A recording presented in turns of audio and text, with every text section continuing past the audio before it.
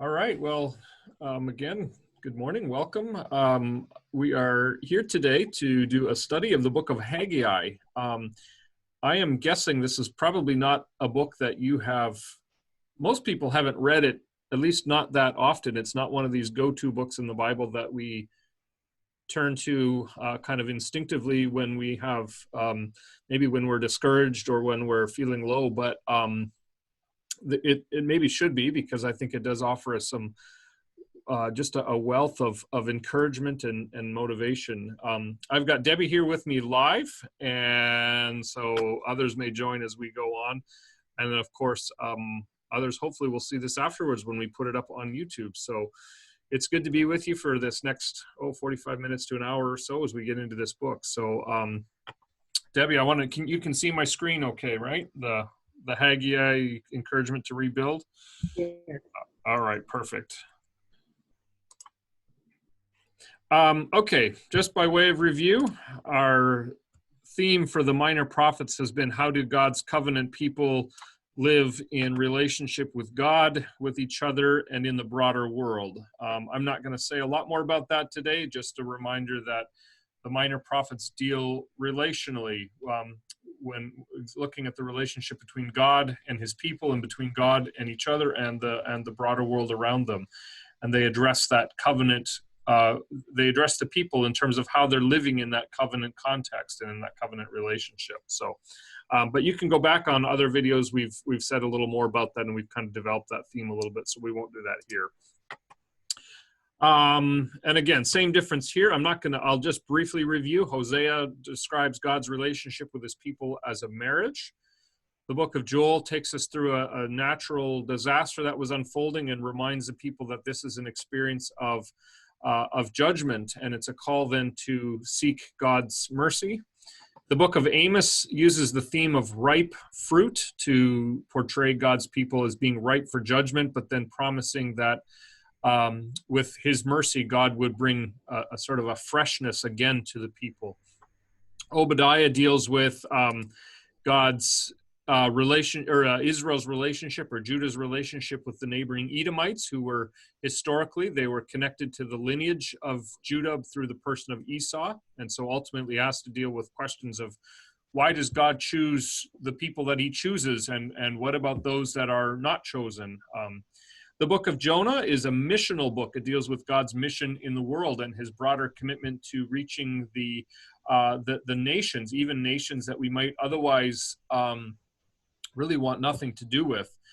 The book of Micah develops the theme of walking with the king. What does it mean to live with God as king? And then it's developed, of course, and we see pictures of Jesus already in that book, as the Messiah, as the coming king. The book of Nahum deals with comfort from judgment, which is to say that when we are afflicted by people in the world around us, and when we see the presence of evil in the world around us, Nahum gives us that assurance that God sees it too, and that he is not indifferent to it, and he will, in fact, judge that evil. The book of Habakkuk deals with questions that are, I think, especially relevant today. How do we make sense of a world of injustice, and a world of violence, and a world that doesn't always seem fair, especially for we use the phrase, when good guys finish last, or good gals, I suppose we can include them both. How do we reconcile God's character in the middle of all of that? And I'll put in a little plug there.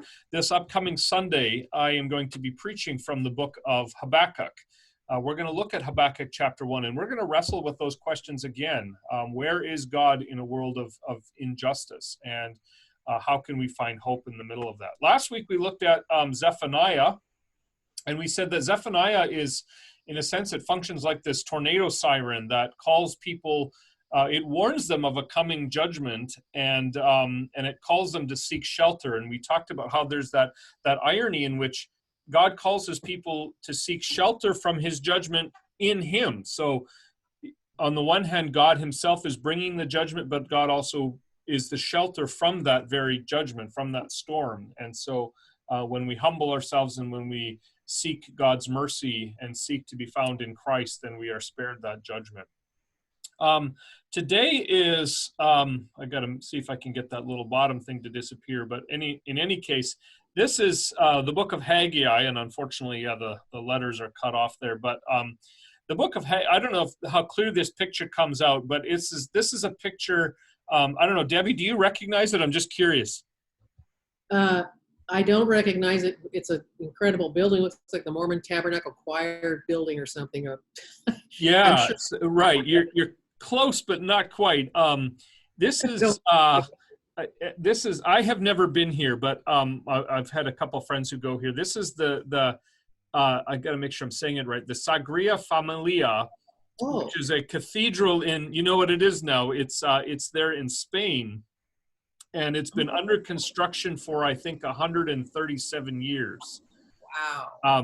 And I always laugh because I picture, at some point, this church, this cathedral had a building committee, and I can just imagine the pitch that they presented to their pastor, like, we've got a few projects we want to do, and it should only take us a couple of years. And 137 years later, the church building committee is still at it and trying to build this. So, but the important thing for this conversation is that the building is unfinished. It's a building that's under construction, but the construction hasn't completed yet. And as I think we're going to see, that kind of fits with the theme of Haggai, because the people are building, are supposed to be rebuilding a temple, but the temple is still under construction. So in any case, I think in that sense that little picture captures the message of Haggai. Okay. A little bit about Haggai, who he is. We don't know a whole lot about him.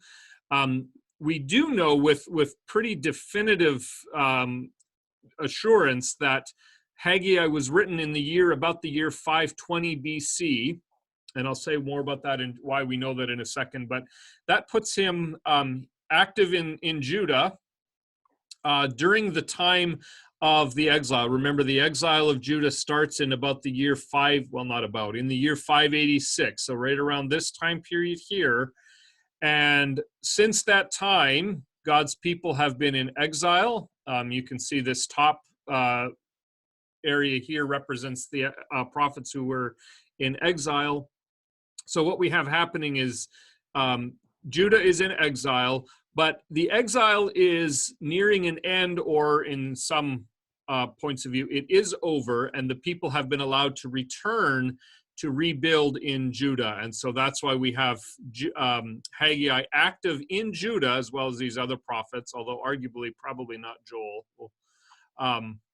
He's active in Judah, and this is right at the end of the exile and the return of the exiles to Judah. So that's and to Jerusalem. So that's where the prophet Haggai is found. That's his historical setting.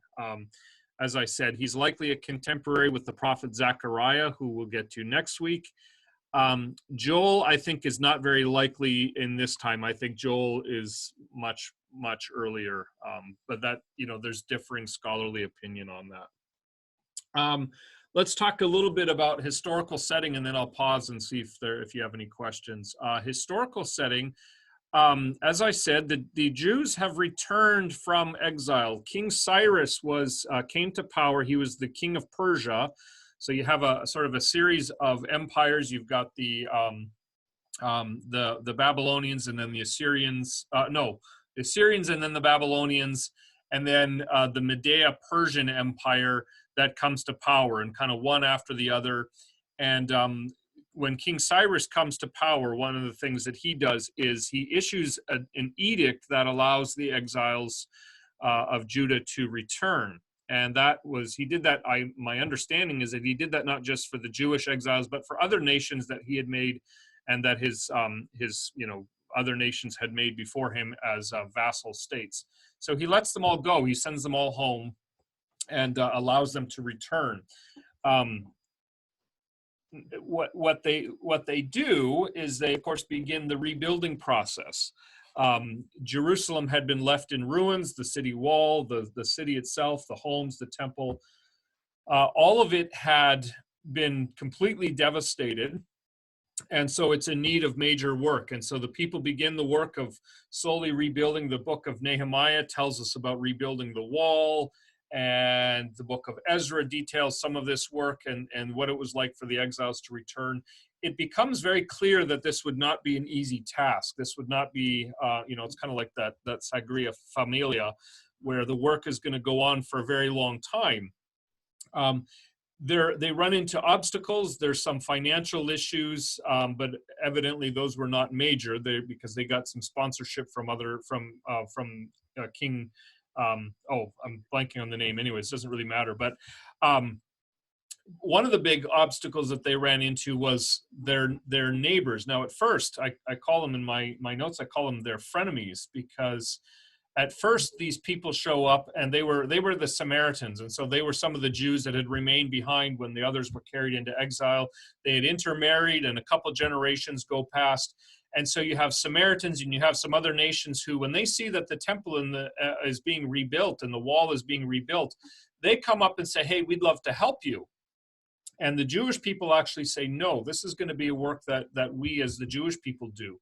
Well, as you might imagine, that quickly turned the climate. All of a sudden, the Samaritans, who were kind of there to help, decide that they're going to make trouble for the Jews as they rebuild the wall. And so they, in today's language, we'd say they went to court and got injunctions, and they, filed lawsuits and did everything they could to make the rebuilding of the wall and the temple very difficult. And so what ends up happening when the book of Haggai begins, is you have a very discouraged people. They've rebuilt their homes, that becomes clear, but work on the temple, which you might say was more of the community focus, that had sort of waned. And so but the people are still rebuilding their homes, and there's a line in the book where they're actually, they're rebuilding they're putting nice siding on their house, they're giving, their landscaping, that kind of idea. But the temple has been ignored. Now, the reason I say it that way is because it's not like God is saying, "Hey, you need to build me a house while you're still living in tents and sleeping under the stars. Build my house, and then you can worry about your own homes." But it's more the idea that, hey, God says, you've already, you have homes to live in. It's not that I want you living in shacks, but you're taking this a step further. You're taking it beyond just building your home for basic shelter, and you're trying to make, nice siding and extra nice landscaping, and all the while you've neglected my home. So the bottom line is that the people have they've lost this enthusiasm for the temple of God. They've lost their passion to see the temple of God rebuilt and reconstructed. And so Haggai, God sends Haggai the prophet to address that. A couple of quick things about the date and timeline of this. Haggai is the only book in the Old Testament that, or I should say the only prophetic book that gives a pretty clear calendar of when these events actually happened. And so we actually have the dates of Haggai's vision, and they unfold his ministry here that we have recorded in Scripture unfolds over the span of about 4 months, from August of 520 to December of 520, and we actually have the dates because Haggai gives them to us. So, and I'll get into those in just a minute. But I want to just pause if you have any questions on this historical stuff at this point. Yeah, go ahead. So Nehemiah and Ezra, how long before Haggai's time were they? Were they like around? Yeah, some of them overlapped. Nehemiah, and I'm going by memory here, Nehemiah comes earlier, sometime earlier. And then Ezra, the book of Ezra is kind of split up into two parts. And that has led some to say, well, maybe Ezra didn't write the second half of the book, that maybe, or so there's different theories. But Ezra writes kind of later on, after the temple has been rebuilt and rededicated. And we know that because when the temple is rebuilt, Haggai records, or Ezra records that, and it was kind of a disappointment, actually, for some. You may remember that. So Ezra comes kind of, Haggai comes along and says, hey, you've got to get the temple rebuilt, do it, and then the second part of Ezra's book is recorded. Now, the first part of Ezra's book comes before that, so there's kind of a gap, a chronological gap in the book of Ezra. Nehemiah is earlier because Nehemiah focuses on rebuilding the wall, so which comes first. So is Haggai then before even Nehemiah? I'm going from memory, and so I could be corrected here. I think Nehemiah is first. Now, when I say first, we're not talking, decades of separation, but, years. Let me just look. Now you've piqued my interest, so I'll go and see if I can quick get a date of. I guess I'm a little concerned about, or thinking about when Nehemiah comes, or Ezra, one of them, the cupbearer of the king, and he's upset, and so then they let him, I guess you said Cyrus allows them to go back, or Darius. Right. There. But I guess I kind of like to fit it in somewhere in my mind of how does Haggai fit in there? Okay, yeah, so I got it now. I was backwards. And so here now again, these dates can be subject to scholarly disagreement, right? So sometimes, there's lots. If you get into the technical stuff, sometimes people say, "Well, the book was credited to Ezra, but it wasn't really written by him. It was written later on." And so there's all those kinds of things. But let's just set that all aside. Ezra is 539, so that was before Haggai, about 20 years ish, give or take. Nehemiah comes after. My Bible notes say that it came 444 BC, 100 years after the return of the first exiles. So I had that backwards. My memory must have just been off on that.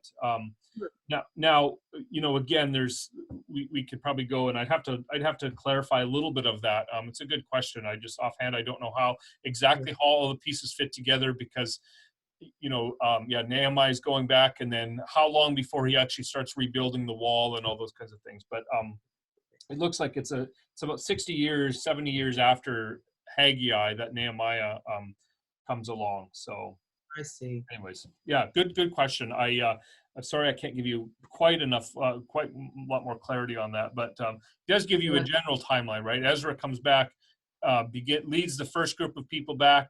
Haggai is then speaking to those people when they're in the land. Nehemiah comes later and rebuilds the wall. So, thank you, Pastor. You bet. Okay, let's do a quick outline of the book. Verse 1 is always that ascription that just tells us who wrote the book. Oops, I got to go back to my Haggai book here. And we don't know anything really about Haggai other than the name Haggai, that's who he was. We don't really have a whole lot of historical background information on him. There's different, there's always different theories about the interpretation of the name. In terms, I think I read somewhere that it could be meaning embrace, and so it has to do with, here's someone who was embraced by God, but that's all real just speculation. I don't know that has a lot of, I think probably his name really was Haggai. That's not a title, etc. So that's verse 1. In chapter 1, verses 2 through 11, God comes and he gives his first decree to the people. And so that the date of that is August 29th of 520 BC. God speaks, and that speech is broken down into three parts, and we do that by the repeated phrase, "Thus saith the Lord." And three times God says it. Why are the people building homes but not my home? This is fruitless. This is a pointless exercise. And then finally, verse 7, build my home so that you may prosper again. So three times, why are you not doing this? This is going to be futility. Therefore, build my home again. So that's the first revelation that God gives to Haggai, that Haggai then brings to the people. August 29th of 520, the first message. On September 21st of 520, so a little less than a month, about 3 weeks later, in verses 11 through 15, we read that the people begin to do this. So it takes them 3 weeks to get together, I guess, and to begin that work. And Zerubbabel comes and leads the people into rebuilding. So that begins on 520. and the people begin to obey this work. And part of that message then is a message of encouragement, where God is promising his presence with his people, and he's promising that he will be near to them as they go through this work. Another month or so later, we're now into October. And I should say that the way we break this down, maybe it's evident, maybe it's not. The way that we outline the book here is based on these dates. So it's just a series of five visions, but on 4 separate dates. So that gives a nice structural breakdown of the book. The third time that God comes is in chapter 2, verses 1 through 9, which is where God gives this promise to his people that his temple will be glorified, that his presence will come, and that the temple will reflect God's glory. But there's also a hint there that says that it will not quite be as good as it once was. But then that message ends with kind of a pointing forward to a greater yet to come temple. So there's kind of that balance, and we actually saw that coming out in the book of Ezra, where the people see a temple that was not as glorified as it once was. So, but then God says, but take heart, because there will be a greater temple that is yet to come. Chapter 2, verses 10 through 19 is kind of a strange vision in which God sends Haggai to the priests and asks them some questions. Haggai has to ask about what happens when you touch a corpse, or what happens when you touch something that is unclean. Does that uncleanness defile the cloak of the priest? And so it's kind of this weird question about being what is it that defiles, and how does that sort of all work? Which sounds really strange to us, but it presents a very important message, which we'll get to in just a couple minutes. And it's an incredible promise that God makes to his people. Then on the same day, so that's now December 18th of 520. So we're about 2 months after that third vision. Now we're into December. God makes a promise to sanctify the profane people, and then a second vision on the same day is another really bizarre sounding one, which is this promise where God says about a man named Zerubbabel, who has probably one of the funniest sounding names in all the Old Testament. But he makes a promise that this Zerubbabel will become a signet ring. And again, you read that, and the book ends with that, and we're left totally confused about exactly what does that mean. But it was a very significant promise that God is making to the people of Judah. All right, questions on the outline. That's just kind of an overview of how the book is structured and the basic ideas. Then we'll get into what are the themes of the temple. And the first one is the theme of the priority of God's temple. The people had come back to Judah, and the exile was over, and they're thankful and they're glad that time of 70 years apart from the promised land has been finished. And so they return to the promised land with great joy and with all kinds of excitement for the future. But as I said earlier, it didn't take long for that to sort of dry up, and now the people get discouraged and they become despondent. And so consequently, they're ignoring God's temple. So I'll read just one verse of that, or a couple. There's in chapter 1, there's 2 verses that kind of to mirror that idea. Let me find where they are here. In 1 verse 4, is it time for you yourselves to be living in paneled houses while this house remains a ruin? And then verse 9, you expected much, but it turned out to be little. What you brought away. Let me jump ahead just a little bit. Still 1 verse 9, the second part of verse 9. Because of my house, which remains a ruin, while each of you is busy with his own house. So the people had lost their sense of priority for the temple of God, right? Their priority had shifted from expanding their own houses and homes and making them nicer and nicer, while their commitment and their enthusiasm for God's temple had waned. And what God says is, one of the reasons that you're experiencing this time of drought and some pestilence and whatnot, verse 1, verse 10, is because you've lost your zeal for the glory of God's house.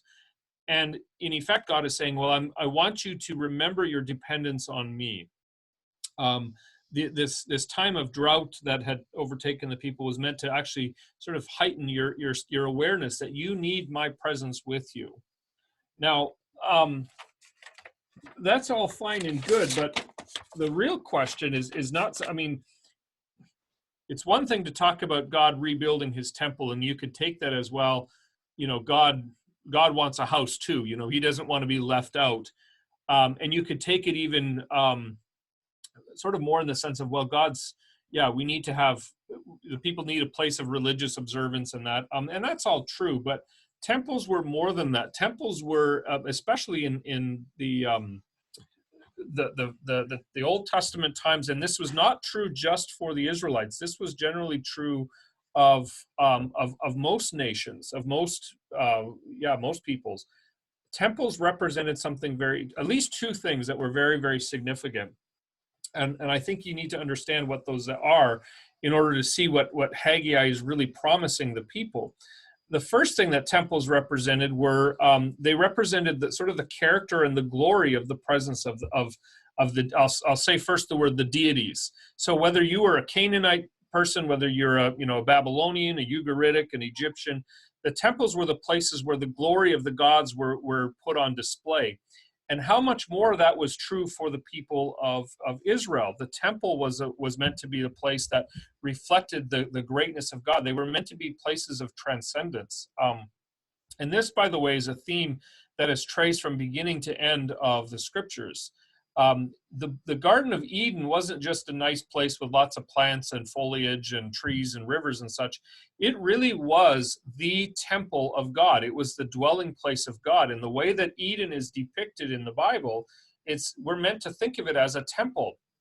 And by extension, then all of creation is God's dwelling place. All of creation is his temple, with sort of in the beginning, Eden is kind of you might argue, the Holy of Holies. That was the most central place where God's presence dwelled, but all of the earth was his dwelling. But the temple, in a sense, was Eden. Now, when God tells the Israelites to build the tabernacle and then later on the temple, the temple and the tabernacle space were meant to call to mind those images of Eden, with the decorations and the artwork all around the temple. Anyone who would have seen that would have immediately thought back to Eden as the dwelling place of God. So, I'll say this to you because you have such an appreciation and a skill in the arts. Arts in the Bible, visual arts, was a way to reflect God's glory.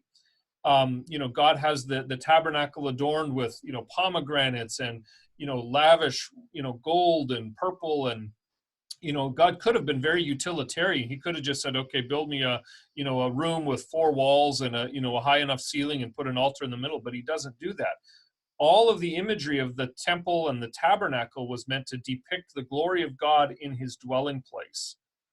And then, when the tabernacle is completed, and then later when the temple is completed, there's that occasion in which the Shekinah glory, the cloud of God's presence, moves into that temple, and it sort of descends down, and so it becomes clear to everyone that the glory of God resides in that temple and in that dwelling place. So it reflects this, if you want to, God is everywhere, of course, but in the Israelite times, in Old Testament times, if you want to experience the presence of God, you go to the temple. That's where you begin to, that's where you see it. That's where you begin to have that encounter. And that's kind of the second part. And that's that temples were these sort of places where heaven and earth they're like little touch points or little portals where heaven and earth come together. And again, I'll start broadly by saying this was true of most religions. If you think of the Tower of Babel, what was wrong with that, one of the things wrong with it is that it was sort of this, it was meant to be this touch point between the people and God. What the people were really trying to do was not just build an impressive architectural structure. There would have been really nothing wrong with that. But what they were really trying to do was say, hey, we can climb our way up to God. And so the temple, the structure of Babel, which was the very early temple, it was really a staircase to God. It was our way of saying, hey, if we want, we can get to God. We can come to God on our terms.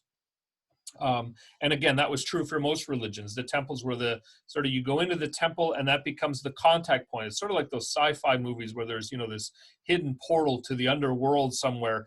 And without being, disrespectful in any way, that's kind of how temples were understood. They were that place where the world encounters the supernatural, the material world encounters the supernatural world. And so temples were understood to be that place where God's people can go and have contact with God and have this experience of encountering God's glory. And so when the people are neglecting the temple project in Haggai's time, it's not just that God is saying, hey, you'd made this building pledge and it's falling a little behind schedule and I'd really like you to pick it up.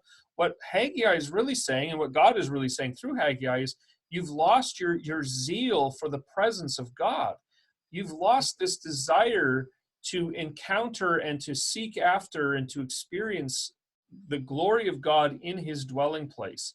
God's presence among his people had become kind of an afterthought. They'd become preoccupied with all of these other kinds of, pursuits that maybe were important in their own place, but they had pursued those at the expense of seeking after God's presence. So what God really wanted was not just a building. God can dwell anywhere. He doesn't need a building to come to his people. But what God wanted was for his people to have this passion and this zeal for his glory to be in and among his people. Right? Does that make sense? Yes. Any questions on that? I do have a question. Sure. It reminds me of, earlier than this, of course, when the kingdom was split and Solomon's son took the advice of his young comrades and made it difficult for Israel, and so Jeroboam heard the voice of the Lord to he would make him king, but then his means was so off. He built the calf or the cow or whatever it was, and it was not anything. I mean, God had spoken to him to do what is right, and yet the temple that he built was an abomination. Right.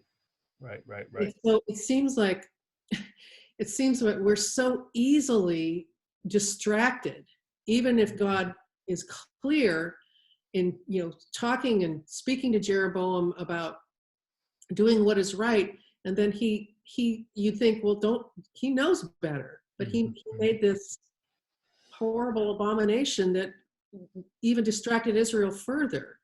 Right.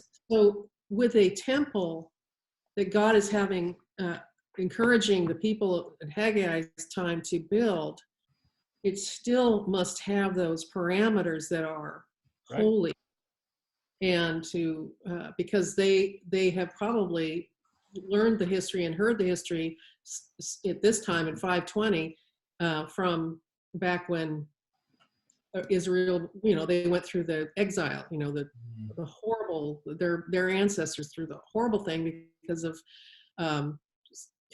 making idols. Right. It just seems like it's a theme over and over and over again. That's right.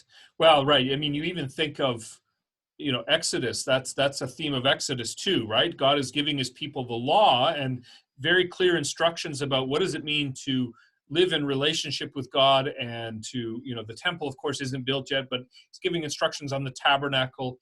And what do we see happening? Well, we see a couple of things. We see, first of all, Moses is up on the mountain and Aaron decides to make this golden calf, right? And then he says one of the most ridiculous lines in all of Scripture, which is, well, I threw in the gold and out came this calf, right? And so it's this idea of, what is it? Encountering and worshiping the glory of God and seeing his greatness, and yet our own propensity for worshiping God in our way. And then Nadab and Abihu, the tabernacle is built and they go in and they figure, well, we've got some new ways to worship God and we can do it in our way, even though that God had just commanded his people how they were to worship. they approach God on their own terms, and with unauthorized fire, as it's sometimes translated, and they're destroyed, right? Which is actually a good segue into the next part of this, which is the whole idea of making the unclean clean. So temples are not in the Old Testament, especially for Israel, but it was even understood across many religions. You don't just go into the presence of God. You don't just decide that you want to go to church one day and walk into the narthex and the sanctuary and all is well and good. There was a very clear understanding. Well, and let me even say this: Psalm 24 and Psalm 15. Psalm 24 more than Psalm 15 get at this idea, right? Psalm 24 starts off with that line, "The earth is the Lord's and everything in it." Going by memory here, but the world and all who dwell in it, for He founded it upon the seas and established it upon the waters. That's in a sense temple language, right? That's God saying, the psalmist saying, the whole world is God's dwelling place. Because He built it and established it. So you get the sense that, okay, that God is building His home. But then it goes right into that it seems disjunctive. But the next thing that the psalmist says is, well, who may ascend the hill of the Lord? Who may stand in His holy place? Well, he who has clean hands and a pure heart, who doesn't lift up his soul to an idol, who doesn't worship or swear by what is false. And then it ends again with that theme of lift up your heads, O you gates. So Psalm 24 kind of brings these ideas together, which is, okay, if we want to enter into this dwelling place of God, if we want to experience the glory of God's presence, what does that take? How do we do that? And like every other culture, the Israelites had an understanding of what purity meant. And it wasn't just moral purity, but it included lots of other forms of purity as well. And I'll sort of illustrate it in a second here. Well, I'll tell you what, I'll move to the next slide. This is not the greatest, the clearest picture, but all aspects of culture had, so people, space, time, and food, had different gradations of purity. Something could be impure, something could be pure, and then something could be holy. Now, it's important to understand that impure did not necessarily mean immoral. It just meant, it just really had to do with how far away from God's presence or how close to God's presence. And again, everything from people to space, not so much with time in terms of impurity, but and food could all fall under one of these three categories. The closer the more you move from impure to holy, the closer you're getting into God's presence. And so what people would obviously have to do is, and I'll say more about that in a minute, but so your average lay Israelite on most days was considered pure. The Levites were considered a little more pure because they had been designated so by God. They were the priestly tribe. But then you also had priests who were considered holy, and then of that you had the high priest who was considered the most holy. So that's people. Places outside the camp. If you were outside the camp of Israel, you were considered impure. It's not that those places were sinful. It's just that they were outside of the presence of God. Inside the camp is pure. The tabernacle is holy. Same thing with time. Ordinary days, it's a little hard to see, but anyways, days that were set apart to be holy, and then days that were the most holy days. So the point is that, and all of this was in place really to teach the Israelites across the board what it means to be holy, and how do you approach and live in the presence of a holy God.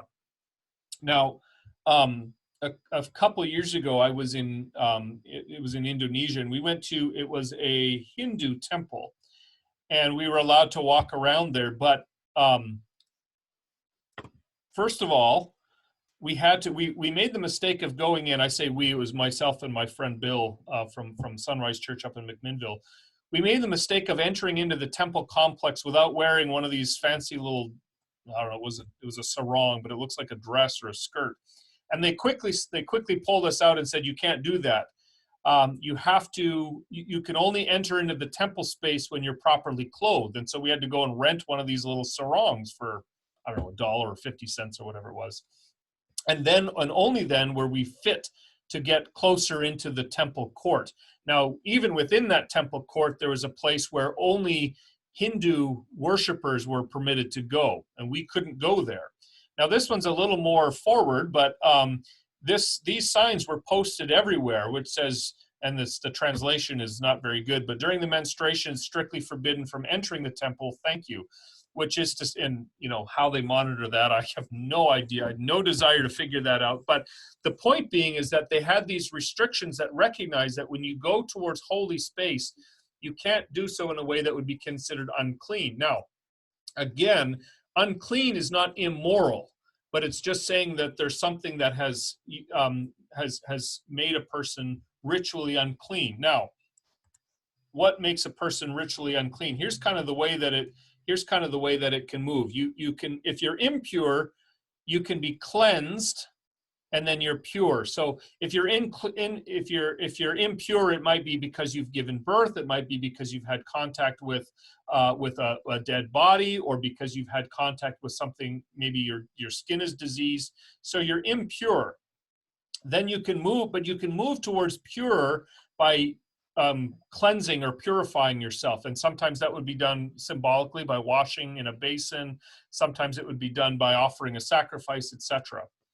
Now, if you're pure, that's kind of your normal state of existence. You most of the time things are considered pure. But if you want to make it pure, or if you want to move from pure to holy, you're consecrated, and that requires a whole different set of rituals and practices by which sacrifices are offered, and there's more bathing involved, and there's changing your clothing, etc., etc. Now, a thing can also move the other way. A person can move holy and back. So when a priest leaves the temple and has completed their duties in the Holy of Holies, they actually are then profaned, which means they go back to a state of being pure. But then there are ways that a person could become defiled, which is to move back to that. That's maybe if they again touch a dead body, they touch something that is considered impure, and they move then from pure to impure.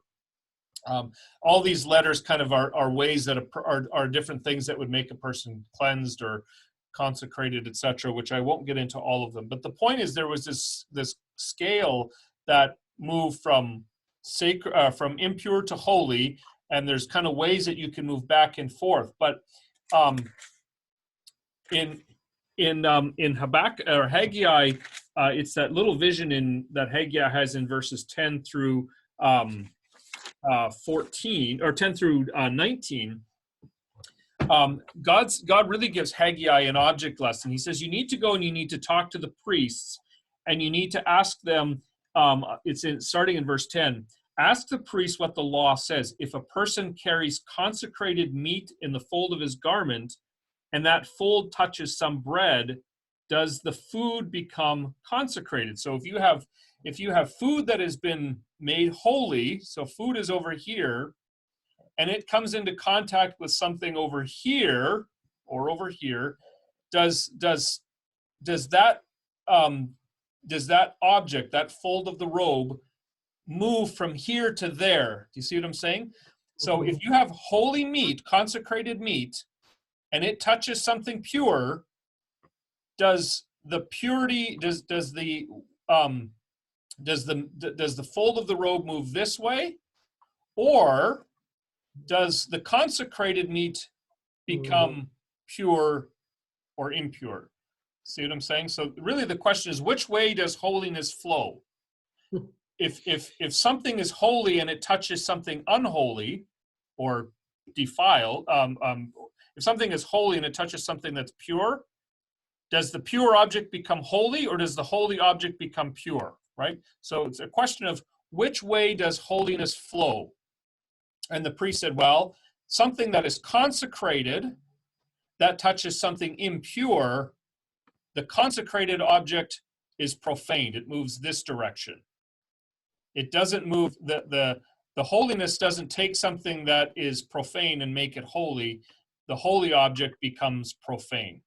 That's kind of the, and then the second question is, if a dead body touches something, does it become defiled? So if you have something over here that's been defiled and it touches something over here, again, the defiled object takes a pure object and makes it impure. Now I'm going to explain what all of that means in really just a second, but really what Haggai is learning and what he's saying to the people is, look, what is it that will make you as a pure and a holy people? What is it that can take your work of rebuilding this temple and so on and so forth and make that work holy? What is it that makes a person fit for the presence of God? How does a person become pure and ready to encounter and experience the glory of God's presence? And what Haggai is beginning to see is that on their own, the people were not fit for God's presence. On their own, the people were impure and defiled. They could not be made holy and prepared for God's presence. They needed something from the outside to make them holy, to make them ready for God's presence to come and dwell among them. Now, that's sort of setting the table for a future realization and a future fulfillment of that picture. But before we get into that, let me just pause, because I've given you some real technical information, and I want to give you a second to ask questions if you have them. Nothing. Okay. One more. I forgot. There's one more, and I'll just touch on this real brief, and I'll try to. I know we're running a little low on time, so I'll try to move fairly quickly here. The last paragraph is that strange, and I forgot to put a slide together for it, but it's the strange idea of Zerubbabel becoming the signet ring. And to really understand that, we have to know that all the way back in the book of Jeremiah, I wrote down the verse, but I forgot where it is now. Anyways, in the book of Jeremiah, there's a scene in which one of Zerubbabel's like great grandparents is a king named Jehoiachin, and Jehoiachin was not he was not a good leader, a good king. And actually what God says is I'm going to take the signet ring off of you. I'm going to tear it from off of your hand, in a sense. And that presented a problem, because this Jehoiachin was supposed to be in the line of the royal line of King David. And so you have a break in that line. And the question is, well, how will that family line be restored? How will that signet ring, that picture of authority, how will that be put back in place so that the royal line can resume and make its way towards the promised Messiah? So when the book of Haggai ends, what God is saying to Zerubbabel is, God is going to restore the royal line to the house of David. Zerubbabel was from that family line, and God is saying, I'm going to make you the one who becomes kind of the link back to the family lineage of David. And if you then trace the line from Zerubbabel, you can go all the way down. And of course, it comes to the person of Jesus Christ. Jesus is in the line of Zerubbabel, and so he's a fulfillment of the lineage of King David. And interestingly and importantly, of course, in Jesus' life, when he's on the cross, he's treated as one who is cast off by God, just as Jehoiachin was. He's treated as that rejected signet ring, as it were. And ultimately, then God's work, he through that rejection, he secures God's eternal promise. So now, that's kind of, I think that's an important theme, but it's not the primary theme in Haggai. But because of what God does through the lineage of Zerubbabel, that leads then to the more important, well, I think it's the more important theme in Haggai, is in terms of how do we see the gospel here. Jesus, of course, is the true temple of God. Jesus is the dwelling place. So this temple in Haggai, it would be rebuilt, and there would be this mixed reaction. There would be some who would be, shouting shouts of joy because they're seeing this beautiful temple restored. But then there would be others that had a longer memory, and they remembered that, we saw the first temple, and this second temple doesn't compare to that first temple. And so we read in, I think it's in Ezra chapter 3, where the people, you couldn't tell who was crying and who was rejoicing, because the sounds all mingled together. Some were happy, some were grieving. So you get this sort of mixed reaction. But in hundreds of years later, John tells us in John's gospel that the word becomes flesh and it tabernacled among us. And that word is chosen so intentionally, because what John is telling us is that in the person of Jesus, the fullness of God's presence, his glory, it sort of comes to a rest, and it comes to us in the presence of Jesus. So, my dad, and we still hear this, we still say this all the time today, when I was younger and we were getting ready to go to church, my dad would say something like, we're going up to the house of the Lord today. And of course we say that today, and we just mean it as we recognize that the church is, it's a set apart space, but strictly speaking, the church is not God's house. Jesus is God's dwelling place, right? And I'm being a little bit flippant here, but to make the point, the church is just a building. Now, it's an important building, and I don't want to diminish that, but God's presence does not reside in the church, strictly speaking. His presence resides in Jesus, and as I'm going to say in a minute, his temple is now changed. His temple is still on earth, but in a different way, as you can probably understand and imagine. So in other words, if we want to see what does God's glory look like, well, we look at the person of Jesus, right, through Scripture, and we read, the Gospels, and we read the message of the New Testament that unfolds to us the glory of God's presence in the person of his Son, Jesus Christ. So Jesus is the fulfillment. He's the true and greater temple. Now, that also means that he is the one in whom we have access to God. When Jesus says to the Pharisees and the teachers of the law in John chapter 2 and in the parallel passages, tear down this temple and I'll rebuild it in 3 days, the people are ready to kill him. And that seems, to our ears, we say, well, why would they get so upset about that? I mean, you might hear that and say, well, he doesn't know what he's talking about, or, he's crazy or something. But they get so angry that they're willing to kill him. And they do that because they understand immediately that Jesus is saying, I'm the temple. If you want to encounter God's presence, it's through me. The temple will not be any longer a building, but it will be in a person. And that was a scandalous claim to make. That was a shocking and very offensive idea that Jesus is putting in front of them. But that's exactly what he said that very intentionally. If we want to meet and encounter the presence of God, how do we do it? Well, it's in and only in and through and only through the person and work of Jesus Christ. That's how we can have the presence of God come into our lives. It's through the person of Jesus Christ. Now, that then leads into this next point, which is how do we become fit for the presence of God? How do we deal with that problem of our impurity? And of course, the impurity is not, so much dietary or, the kind of clothing that we wear, etc. But the purity is moral, internal purity, and all of those other aspects of purity. We're really meant to teach that there's a deeper kind of purity that we need. It's purity of heart. One of the things that's fascinating about Jesus' ministry is that he's always touching people. He's always touching unclean people. Now, normally, if you or I were to have done that, if we accidentally touched a leprous person, if we touched someone with a skin disease, then we would become unclean, right? Their uncleanness, that's what I said, that which direction does the cleanness flow? Well, if I touch an unclean person, then their uncleanness flows to me. But with Jesus, it's the opposite. Jesus touches the unclean person, and the unclean person becomes clean. And that never happened. That was highly unusual. It was completely the opposite of everything. And so the question is, well, how can that be? Well, the answer to that, of course, is ultimately, again, it's found at the cross, where the uncleanness of people, morally and spiritually, even in terms of life and death, right? Jesus touches a dead person. The dead person, the ultimate uncleanness flows backward.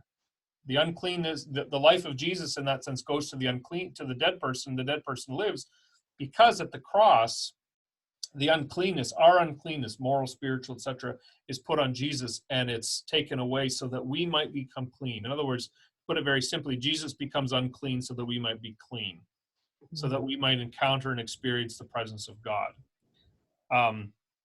So that's the idea of purity. It's in Jesus that we are made pure. It's in Jesus that we are made holy and fit for the presence of God, which then takes us to the final aspect of the gospel, which is where is the temple of God? Where is God's dwelling place? And the answer is, well, it's the church, but not the church as a building, but the church, church as here's the door, open the door, there's all the people.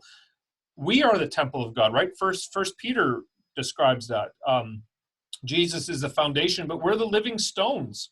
We're the people that God is piecing together to be this place where his presence is experienced, where his presence is at work. And that doesn't just mean in a sort of sentimental way, but it means in terms of service and work and ministry and caring for the poor and preaching the gospel and administering the sacraments and equipping one another for ministry. So indeed, there is a temple. Indeed, there is a place where God's presence resides, and it's in his church. It's in and among his people. And I should add too, by way of application, or maybe by way of kind of gospel here, it's no small thing that that heaven is described then as New Jerusalem. But of course, the one thing that Jerusalem is missing is a temple, right? We're told there is no temple because there's no need for a building anymore. God's presence is everywhere again, and it's sort of like you take that back to Genesis 1. It's Eden restored, right? So you go from this garden dwelling place where God's presence was, and now you end up in a city. And just as there's no temple in Eden, there's no temple in the city. God's presence is with us in that whole city, and New Jerusalem has been sort of established. Jerusalem has been made, and now God's presence is in and among us. And that's kind of, boy oh boy, in terms of hope today, when we look around at the way that our world is, when we get discouraged at whether it's sort of the moral evil that we see, or whether it's just the effects of sin in terms of disease and sickness. And this is a message of tremendous hope. This is a message that assures us that one day there's coming a dwelling place where there will be none of these things. God's presence will reside with his people once again, and there will be, as Revelation 21 says, no more mourning or crying or sickness or sadness or tears, for the old order of things has passed away. By way of application, two really quick things. First of all, priority. Seeking after the presence of God and desiring the glory of God in our own lives. I say seeking after the presence of God. I don't mean that as if it's always just out of reach. I just mean when we set our hearts to desire more and more of God's glory and his presence, and to be living in light of that presence of God in our lives. Living, in other words, Christian living isn't just about following rules, but it's actually this experience with the presence of God. It's knowing that God is in your life, and that you belong to him, and that he cares for you, that he is your shelter and your refuge. And when we think about all the priorities that, I'm kind of mixing my two application points here, but when we think of all of the things that we can devote our lives to, many of them are very good and very valid and important things, but are we doing so at the expense of living for the glory of God and living in his presence? So, if you can pursue a work endeavor, you can pursue family, you can pursue community involvement and all these things, but if you're doing that apart from the glory of God, or at the expense of seeking after God's glory, it will all come to nothing. It will all ultimately be meaningless. And so there's that urgency of being shaped by our desire for God's presence and our desire for his church and for his kingdom.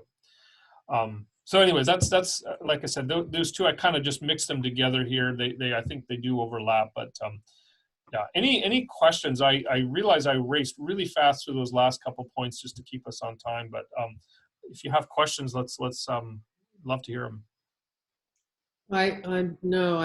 I'm just overwhelmed with every single time I listen to the studies of the minor prophets that you've been teaching. It bowls me over how God is speaking so clearly today. Mm-hmm. Right. Through his word that was written in 520. Right. Yeah, it's uncanny, isn't it? How much you hear it and you think this could have been written last week by somebody. And yeah. Yeah, I know. It's just beautiful teaching. It's incredible. But the thing that I think bothers me personally is I wish it would sink in and stay there. And it seems to sink in, for a while, and which just speaks to the obvious need of the Christian needs the Lord all the time. Yeah. Well, and so to that, I would say, of course, absolutely, right? We need to be continually shaped by God's word, and worship and coming together as community. I would also say, don't be too discouraged when you think it's not sinking in. And the reason I say that is because I've been doing, it's kind of ties into stuff I've been reading lately. that talks about how are we formed for obedience and for living. And a lot of times we think it's, the author that I'm reading is Jamie Smith, and he says, we a lot of times think that what we really are is he compares us to bobblehead figures, like the little tiny skinny body and then the huge head. And so if we take that approach, then what we need is just, sort of open up our mind and pour in the knowledge and fill it up. And if that's the way we approach it, then we will get very easily discouraged, because I forget so much stuff, on a daily basis. I can spend a whole week studying something, and, a lot of it will remain, but by 2, 3, 4 weeks later, if you were to ask me what I preached on 3 or 4 weeks ago, I would have a hard time coming up with it. Now, the flip side of that is, okay, but maybe that's not how we are formed. Maybe it's more sort of a formative, forming the heart kind of thing, which is to say that when we are captured by the beauty and the glory of God, it actually has a deeper effect on us. So maybe if we don't even remember all the details, it's shaping the desires of our heart, so that actually the way that we live kind of follows in that sense. You see what I'm getting at? So I know that I have to tell myself not to be too hard on myself, because I forget lots of stuff, but to actually just say, trust that in the moment, it's actually having a formative effect on who you are as a person and in your heart. So that, if you look at how you're living today and you compare it with 5 years ago, you might think, boy, I don't remember anything I learned 5 years ago, but I'm sure living differently because of something has obviously happened. Something has formed me along the way. So now that's not to say, hey, so you don't need to read your Bible at all. No. But it's actually to be sort of encouraged that, yeah, read it, and you will be formed by it. Don't get too hard on yourself if you don't remember every single thing. Because I know in 2 months from now, I'll probably have to scratch my head and wonder, what is the book of Haggai really all about? I mean, I'll remember generally, but so anyways, maybe that's some encouragement, or we're not bobbleheads. Thank you. That's just really precious. It goes to the heart, and I may not be able to recall the details of it, but the fact of it moving into me is so wonderful, because it's not stuck up here. It goes exactly. It does change me. I'm very appreciative. Thank you. Exactly. So. Thank All you. right. Well, Debbie, I'm going to stop our recording for today. And again, it was, I'll stop it now.